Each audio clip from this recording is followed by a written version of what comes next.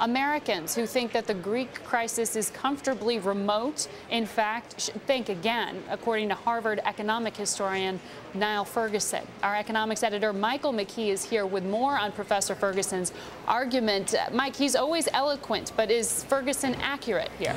Well, he seems to be, or at least he's making a case that makes some sense. We'll have to see if it evolves that way. But writing in the Financial Times, he notes that Greece, of course, is in trouble because it spent too much money, as has another country battling the financial crisis, the United States. Ferguson points out that according to White House budget projections, the national debt will exceed 100% of GDP in 2 years.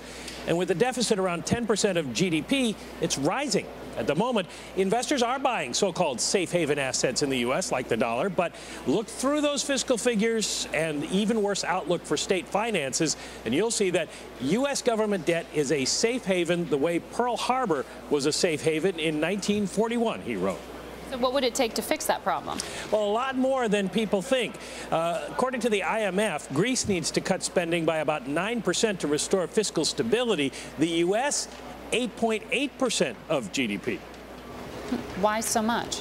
Well, we have a long-term social debt, Medicare and Social Security, coming due soon. And between the recession and the stimulus program, we've added more than $1 trillion to our debt load. The Fed's been buying treasuries directly and indirectly. That's ending. And China, the biggest buyer of U.S. debt, has been scaling back. So more supply, fewer buyers, higher rates.